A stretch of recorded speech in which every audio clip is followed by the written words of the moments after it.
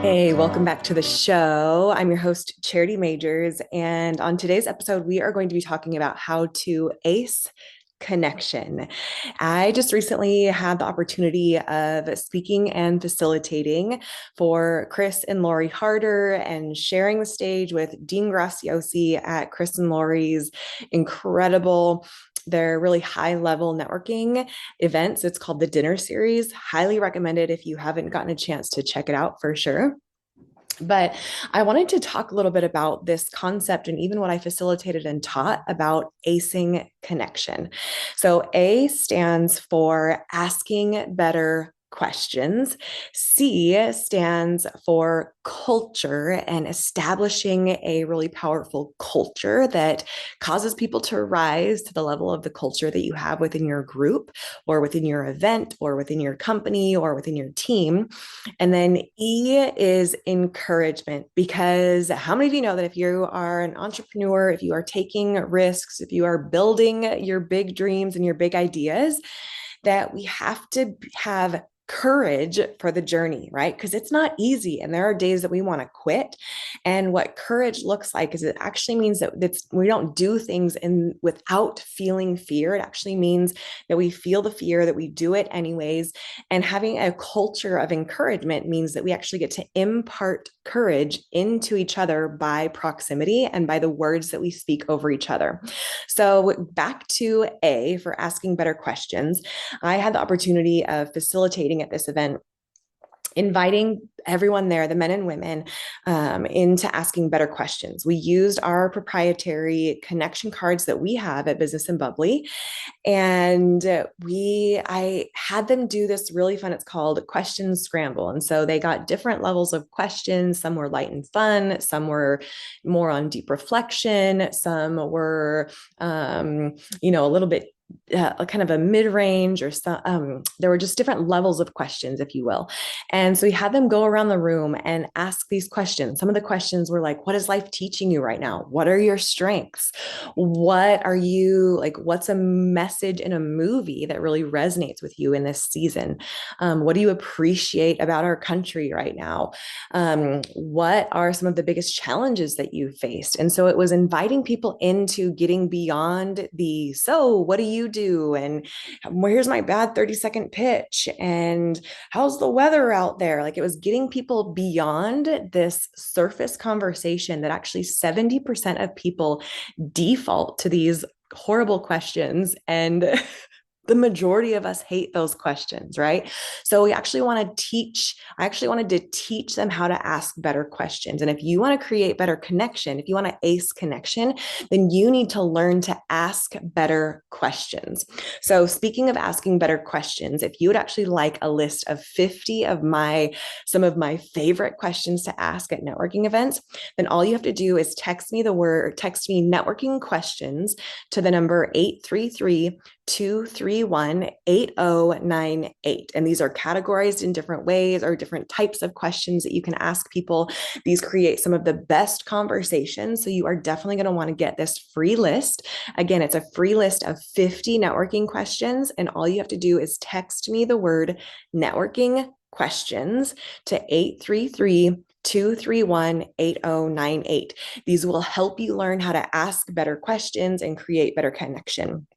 So after we learned how to ask better questions, then we got into establishing certain things within the culture of this environment.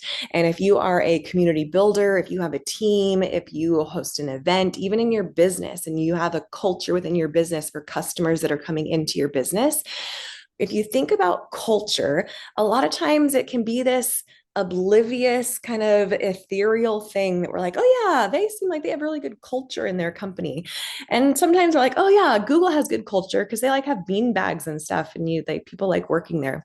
But if you think back to science class, back in the day when you were back in school, and if you ever did biology, you had these little petri dishes that had culture in them. And I love the analogy that culture grows things. And when you are really, really intentional about what your culture has, what the culture of your business or the culture of your company or the culture of your team or the culture of your event is, then those, like when you intentionally put things within that culture, that's what's going to grow.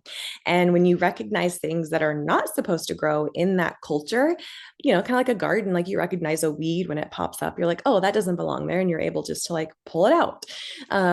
Or because the culture is there, certain things that are not supposed to be there won't grow because you haven't put them in the culture, right?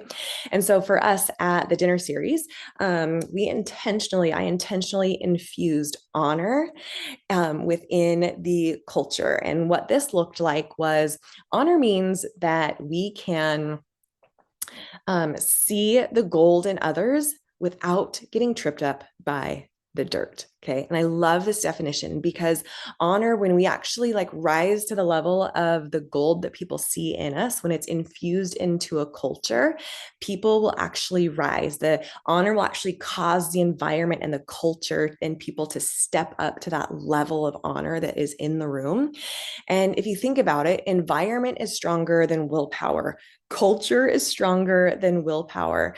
It's kind of like if you were trying to lose some weight and you had always had ice cream in your fridge, environment is stronger than willpower. And so it would be a lot easier to not eat ice cream every night if you didn't have ice cream in your house, right? And so, same thing, like it's easy for collaboration to be in a culture. It's easy for connection to be in a culture. It's easy for honor to be in a culture. It's easy for all of these really incredible things to be in a culture when the environment, when we set those things intentionally in that culture. And so how we did this was after people, they got to talk with each other and got to know each other a little bit. I actually had a few of them stand up and call out the gold that they saw in other people. And people got to be seen and heard and known. They got to share, like really got to give a shout out and really got to honor other people in the room for the gold that they saw in them. And another thing that we really infused into the environment was even just the understanding and the permission for them to be themselves.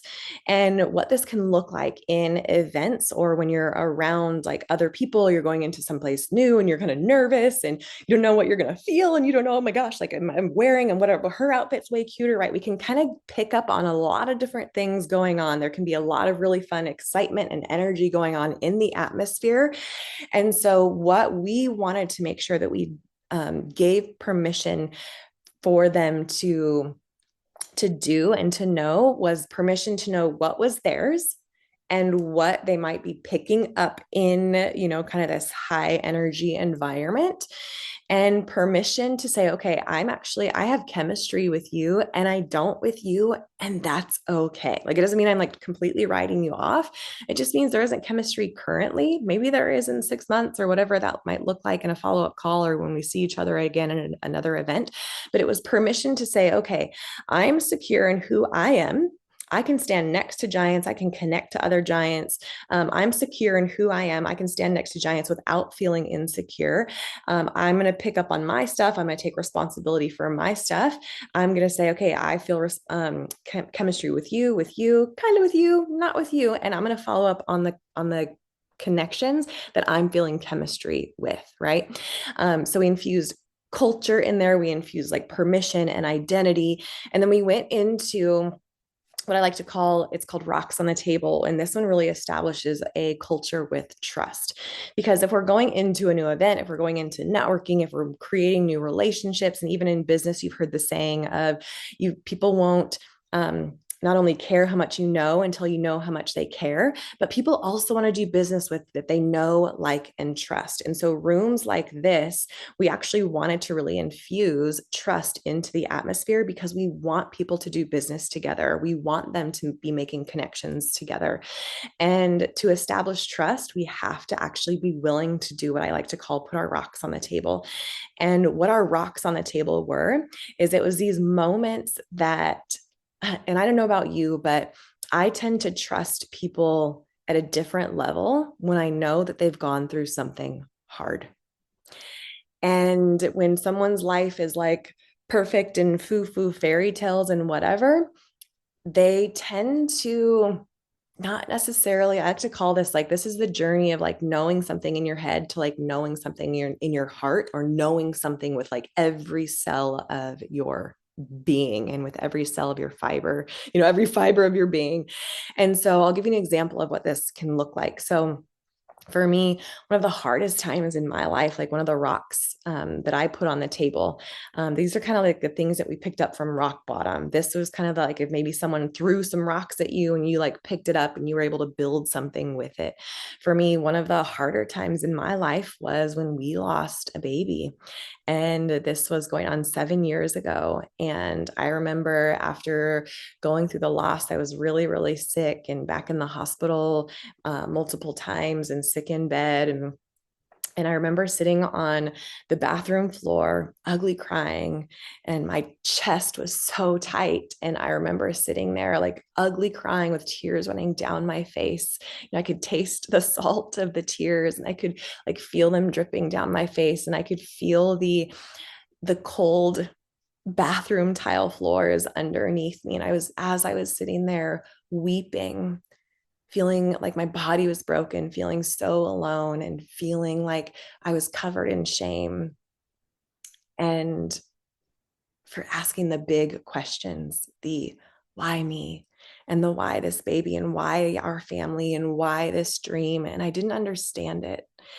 And I was really upset and I was really mad. And I was like, kind of like just contending and angry and yelling at God. I remember at one point where it was like, why? Like, tell me why. And I remember him, as I was sitting there on the black bathroom floor, I remember God just coming to meet me. And don't hear what I'm not saying, like fill in the blank for you. For me, my higher power is God. And so God came and met me.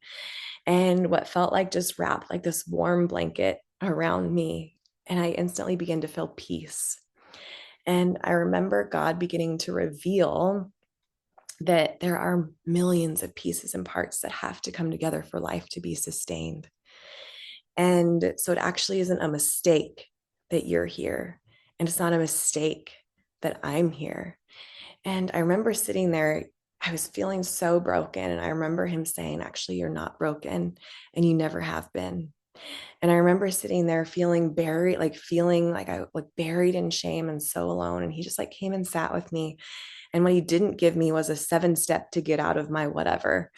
He actually gave me this perspective that every single one of us are gifts and walking miracles.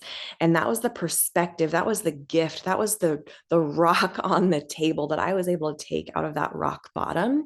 And now, so when I healed out of that journey, and now coming out of that journey, being like so grateful for that experience and for the things that I learned along the way, even though it really hurt, I actually now know, not just in my head, that you listening to this right now, that every single person walking the planet is a miracle. And that is how I treat people. That is my intention, is to really see the gift for who they are, the gold that's inside their life, and to call that out and to help them develop that.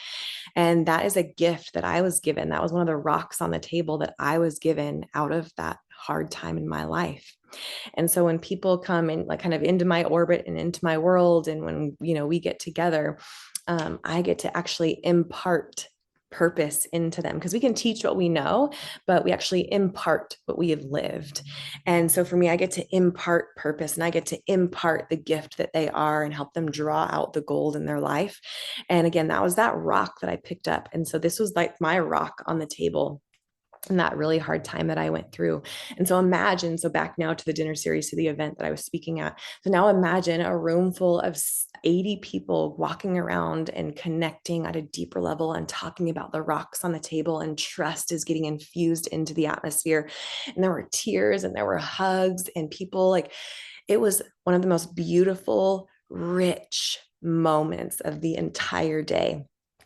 And then we went into the E of ACE, into encouragement. And this is where, if you want to ACE connection, then I want you to be the most encouraging person in the room. And what encouragement looks like is it's actually to impart courage. It is to give courage. Now, remember what I said about how you can teach what you know and you can impart what you've experienced? Well, teaching what you know is great. Like there's a lot of people teaching what they know. There's a lot of business professors that are teaching business that have never had a business. There are, I'm just going to leave that there. And then there are people that are actually imparting what they've experienced. Like they have done the reps, they have done the work, they have gone through the muck and the mud. They have pulled out the lessons. Is their story going to be exactly like yours? No, not necessarily, but there's a different energetic exchange when you get imparted something from someone who has been where you have been or been where you want to go, because they're going to be like, oh yeah, actually I remember this circumstance happening, and when I did it this way it did not work very well, and I remember this circumstance happening and this was how I handled it, and the result of it was amazing, right? So you're not just going to get knowledge when you get around someone who has been imparted with something. You're actually going to get the difference of, oh my gosh, when I come up against this roadblock in my personal story, what is a really great way to handle this roadblock and what has worked in the past? Because success leaves clues, right? And so when we were imparting courage, when we were encouraging, when we were imparting courage into each other, what it looked like was really sharing a part of what we will need for the journey ahead. Because if you go to amazing events like that one, amazing events like what we host, and other people are hosting incredible events as well, when you go into kind of those bubbles of amazingness and you leave, all of a sudden you go back to your real life. And it might be mom life, it might be family life, and it might be you're back at your computer, you're back at your job, and that notebook that you just took and goes back in the bookshelf. And all of a sudden this bubble of amazingness starts to fade. Well, now you're kind of just like back in life, and you're gonna need that encouragement that you received in that incredible environment for when things get hard. And so we actually got to speak into like the next season of each other's lives and into each other's journeys, because when you have a supportive network around you, you're actually more willing to take bigger risks. Because when you fail, not if you fail, like let's just get over failure, like when you fail, and let's just get over the fear of failure. When you fail, it actually isn't as detrimental, because you have a network that you can fall back on. They're going to have the answers that you need. They're going to have the questions that like you might either don't even know that you need to ask. They're going to have the connection or the resource or the new assistant or the whatever piece of advice that you need to be able to get over that block that you just ran into, right? And so sometimes it's not necessarily about what you know. So you might not even need another resource to get over that, whatever thing that you just failed at. Like it's more about who you know and the connections that they have for you for that moment of failure. And so when we were doing this, and this, like I said, we wanted to ace connection. And so I want to pass these on to you as far as like when you get into rooms, when you get around people, learn to ask better questions, know the culture that's there. And if you even want to contribute to the culture, so whether you are leading the event or not, know and be responsible for the energy that you bring into the room. Be responsible for what you bring into someone else's event. Be responsible for how you be and how you show up. Leave your bad day at the door. You leave your, crappy attitude or whatever just happened. The kids puked at you and the whoever is arguing, and like leave that stuff at the door. You can pick it up on your way out, but be responsible for the energy that you bring into the room and the energy that you are exchanging with the other people around you. And when you come into a culture and your intention is that you are going to add some really incredible things into that culture, and that culture is going to grow what you added into it, then you get to be like a culture shifter, right? And a culture changer and a culture improver. So then that E is that encouragement. So be the most encouraging person in the room. Honor people, see the gold in them without getting tripped up by the dirt. Don't be afraid to get vulnerable and to share your rocks on the table, because that's where you're actually going to just really connect at a deeper level with people. Invite them into like holding a safe space and allowing their hard stories to be heard as well. And those are 3 different ways that you can ace connection. So I hope that you enjoyed these. Again, if you want to grab some of my favorite networking questions for free, I have a list of 50 of them. All you have to do is text me the word networking questions to 833-231-8093. 8. All right, my friend, go out there and ace connection, make some new friends, and let's make this world a better place. I believe in you. I am here for you. Thanks again for being here, and cheers to your success. Thank you so much for listening to the show. I hope it brought some value and some fun into your business and life. Remember to rate, review, and subscribe to the podcast, and even share the episode with a fellow business bestie who you know will love it. It helps us continue to attract top-level guests and reach more and more women who are on their journey in business just like you. Remember that when money gets in the hands of good women, great things happen. Cheers to your success.